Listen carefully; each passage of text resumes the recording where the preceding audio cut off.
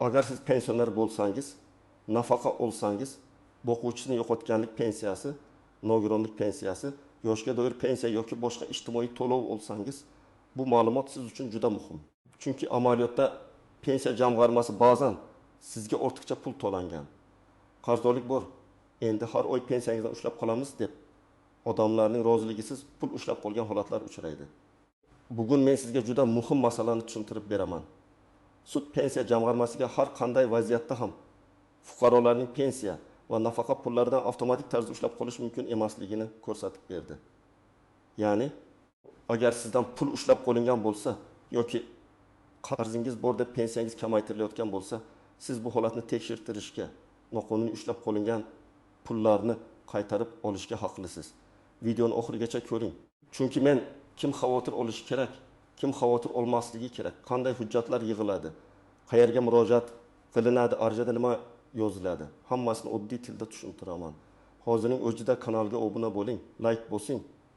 Chunki bunday huquqiy ma'lumotlar har bir oilaga kerak bo'ladi. Avval amaliyot qanday edi?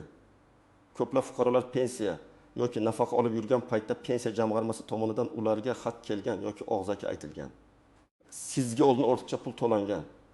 Shuning uchun endi har oy pensiyangizdan 20%, 20% yoki undan ko'proq ushlab qolinadi. Ba'zi holatlarda odamning pensiyasi shunchaki kamayib qolgan.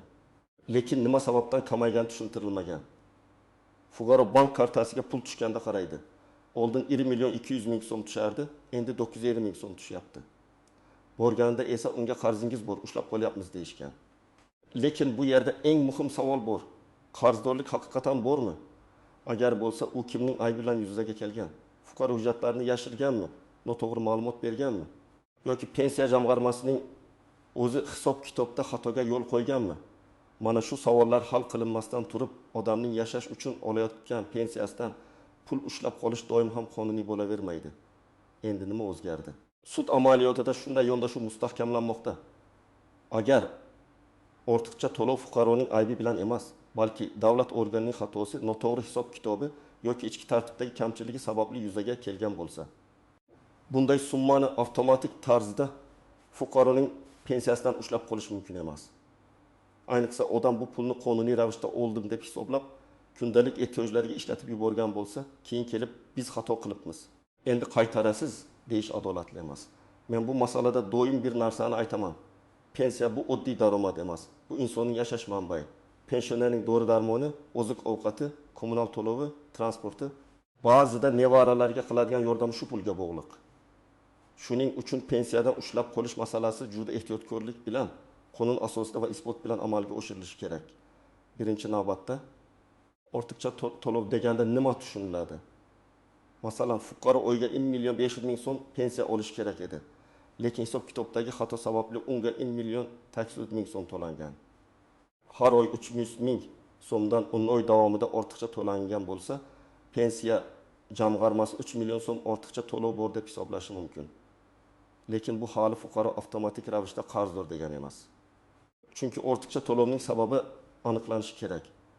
Agar fuqaro ataylab noto'g'ri ma'lumot bergan bo'lsa, masalan, ishlayotganini yashirgan bo'lsa, vafot etgan shaxs nomidan pul olib yurgan bo'lsa, nogironlik holati tugaganini bilib turib xabar bermagan bo'lsa, bu boshqa masala. Bunday holatda davlat organi pulni qaytarishni talab qilishi mumkin va ba'zan ushlab qolish ham qonuniy bo'lishi ehtimoli bor. Ammo agar fuqaro barcha hujjatlarni to'g'ri bergan bo'lsa, hech narsani yashirmagan bo'lsa, unga qancha pensiya tayinlangan bo'lsa, shuncha olib yurgan bo'lsa, keyin yillar o'tib pensiya jamg'armasi biz noto'g'ri hisoblabmiz desa, bu holatda fuqaroning pozitsiyasi kuchli bo'ladi. Men bunday vaziyatda fuqarolarga hech qachon darrov mayli ushlab qolinglar deb rozi bo'lishni maslahat bermayman. Avval hujjatlarni talab qilish kerak. Oddiy misol keltiraman. 68 yoshli ayol 2020 yildan beri yoshga doir pensiya oladi. Pensiya tayinlash vaqtida u mehnat daftarchasi ish istash haqi to'g'risidagi ma'lumotlarni taqdim etgan. 2024 yilda unga aytishadi: sizning stajingiz noto'g'ri hisoblangan. 6 million so'm ortiqcha pensiya olgansiz, endi har oy 20% ushlab qolamiz. Ayol hech qanday hujjatni soxtalashtirmagan, hech narsani yashirmagan, o'zi hisob-kitob qilmagan, davlat organi hisoblagan summani olgan. Mana shunday vaziyatda ayol pensiya jamg'armasidan qarzdorlik hisob kitobini, qaror nusxasini ushlab qolishga asos bo'lgan hujjatni talab qilishi kerak. Agar ushlab qolish faqat ichki xat yoki og'zaki ko'rsatma bilan bo'layotgan bo'lsa, bu jiddiy e'tiroz uchun asos bo'ladi. Yana bir misol, nogironlik pensiyasi oluvchi fuqaro tibbiy ko'rikdan o'tishi kerak edi. U ko'rikdan o'tmagan, lekin baribir bir necha oy pensiya olgan. Bu yerda vaziyat boshqacha bo'lishi mumkin. Agar fuqaro muddat tugaganini bilgan bo'lsa, chaqiruv olgan bo'lsa, lekin bormagan bo'lsa, keyin ham to'lov davom etgan bo'lsa, pensiya jamg'armasi ortiqcha to'lovni talab qilishi mumkin. Lekin baribir hatto shu holatda ham ushlab qolish tartibi qonuniy bo'lishi, yozma qaror bo'lishi, fuqaro xabardor qilinishi, ushlab qolish miqdori chegaradan oshmasligi kerak. 3-misol. Boquvchisini yo'qotganlik pensiyasini olayotgan talaba o'qishni tugatadi yoki o'qishdan chetlashtiriladi. Agar u pensiya jamg'armasiga bu haqda xabar qilish shart bo'lgan bo'lsa-yu, xabar qilmagan bo'lsa, keyingi oylarda olingan pul ortiqcha to'lov bo'lib chiqishi mumkin. Lekin bu yerda ham savol bor. O'quv muassasasi ma'lumot yuborganmi?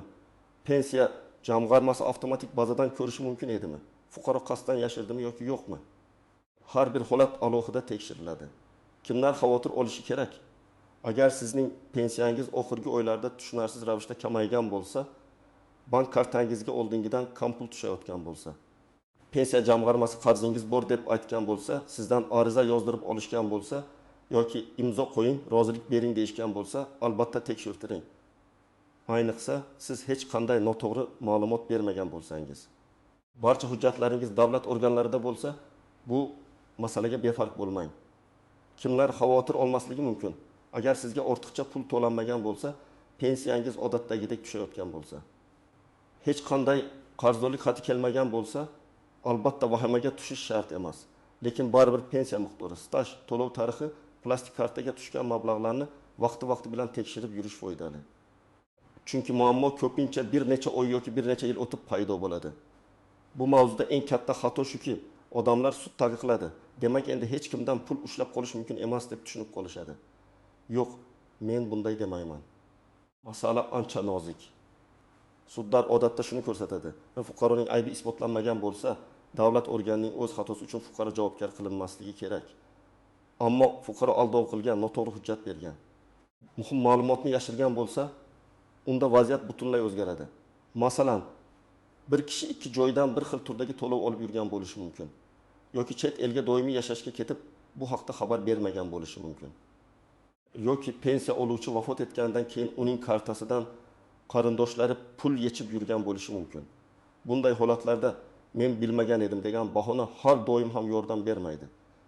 Chunki qonunda ayrim majburiyatlar bor. Holat o'zgarsa xabar berish kerak. Lekin pensiya jamg'armasi ham har qanday qarzdorlikni isbotlashi shart.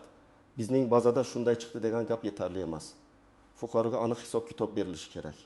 Qaysi oyda qancha to'lanishi kerak edi? Aslida qancha to'landi? Farq qancha? Jami summa necha so'm?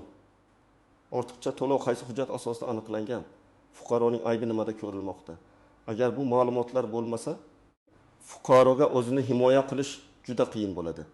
Shuning uchun men doim yozma javob talab qiling deyman. Yana bir muhim jihat, pensiyadan ushlab qolish miqdori. Hatto ushlab qolish qonuniy bo'lgan holatda ham. Odatda butun pensiyani olib qo'yish mumkin emas. Odam yashash kerak. Amaliyotda ma'lum foizlarda ushlab qolish belgilanadi. Agar odamning pensiyasi juda kam bo'lsa, dori-darmonga ketadigan xarajat ko'p bo'lsa, qaramog'ida nogiron farzandi yoki turmush o'rtog'i bo'lsa, ushlab qolish miqdorini kamaytirish masalasini ko'tarish mumkin. Buning uchun dalillar kerak. Tibbiy ma'lumotnoma, dorilar uchun chek, oilaviy ahvol to'g'risida hujjatlar. Yana bir tuzoq. Ayrim fuqarolarga mana shu arizaga imzo qo'ying, keyin muammo bo'lmaydi deyishadi. Arizada esa qarzdorlikni tan olaman, pensiyamdan ushlab qolishga roziman degan mazmun bo'lishi mumkin. Agar siz vaziyatni tushunmasdan imzo qo'ysangiz, keyin nizolashish qiyinlashadi. Mutlaqo imzo qo'ymang demayman, lekin avval nusxasini o'qing, uyga olib borib maslahat qiling, qarzdorlik hisob-kitobini ko'ring, shundan keyin qaror qiling.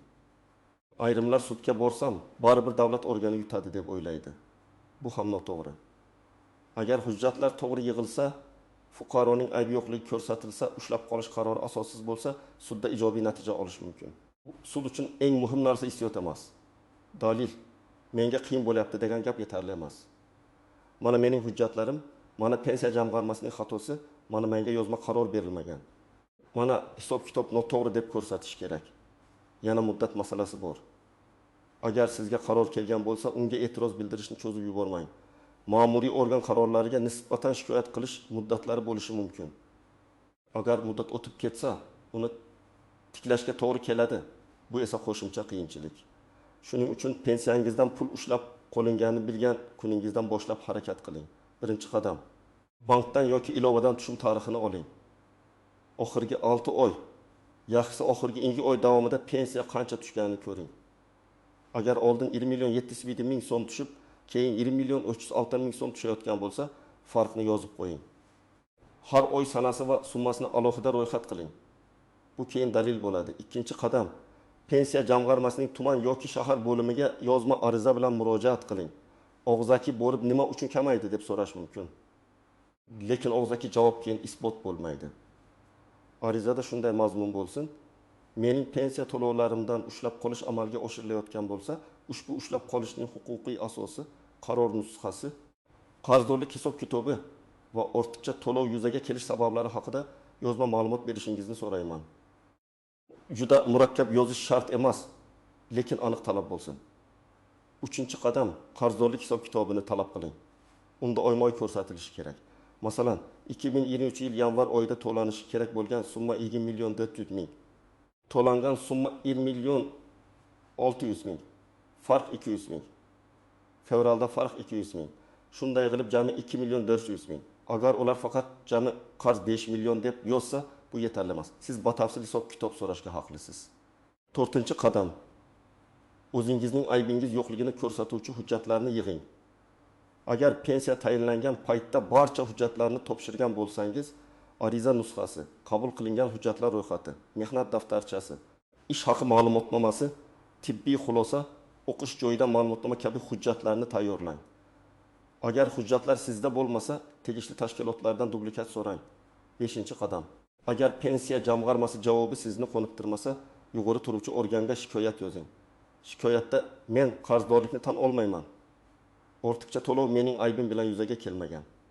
Ushlab qolish asossiz. Ushlab qolingan summalarni qaytarishni so'rayman deb aniq yozing. Javob berish muddati bor. Shuning uchun arizani ro'yxatdan o'tkazib topshiring yoki elektron tizim orqali yuboring. 6-qadam. Zarur bo'lsa, sudga murojaat qiling. Sudga ariza berishda talablar aniq bo'lishi kerak. Masalan, pensiya jamg'armasining ushlab qolish haqidagi qarorni haqiqiy emas deb topish, pensiyadan ushlab qolishni to'xtatish, ushlab qolingan summalarni qaytarish, qarzdorlikni asossiz deb topish. Sudga borishdan oldin barcha yozishmalar, javoblar, bank ko'chirmalari, pensiya hujjatlari, tibbiy hujjatlar, oilaviy ahvolga oid ma'lumotlarni tartib bilan yig'ib qo'ying. 7-qadam. Hech qachon bo'sh qog'ozga yoki tushunarsiz matnga imzo qo'ymang. Agar sizga bu oddiy rasmiyatchilik deysa ham, avval o'qing.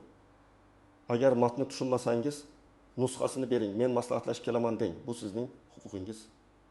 Shoshilib qo'yilgan bitta imzo keyin bir necha million so'mlik muammoga aylanishi mumkin. 8-qadam. Agar sizdan allaqachon pul ushlab qolingan bo'lsa, miqdorini aniq hisoblang. Masalan, 8 oy davomida har oy 2 ming so'mdan ushlab qolingan bo'lsa, jami 2 million so'm bo'ladi. Arizada ushlab qolingan 2 million so'mni qaytarishni so'rayman deb aniq ko'rsating. Faqat pulimni qaytaring demang, summani hisoblab yozing. 9-qadam. Agar oilada keksa inson bo'lsa, ularning pensiyasini tekshirib turing.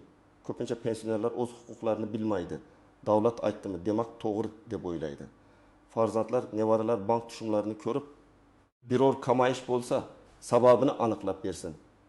Bu juda muhim, chunki ba'zan keksa odamlar dori pulidan ayrilib qoladi, lekin shikoyat qilishga jur'at qilmaydi. 10-qadam. Har bir murojaatni yozma qiling va nusxasini saqlang. Telefon orqali gaplashish, koridorda so'rash, tanish orqali bilish yaxshi, lekin nizoda dalil bo'lmaydi. Sizda ariza nusxasi, kirim raqami, elektron murojaat tasdig'i, javob xati bo'lsa, pozitsiyangiz ancha kuchli bo'ladi.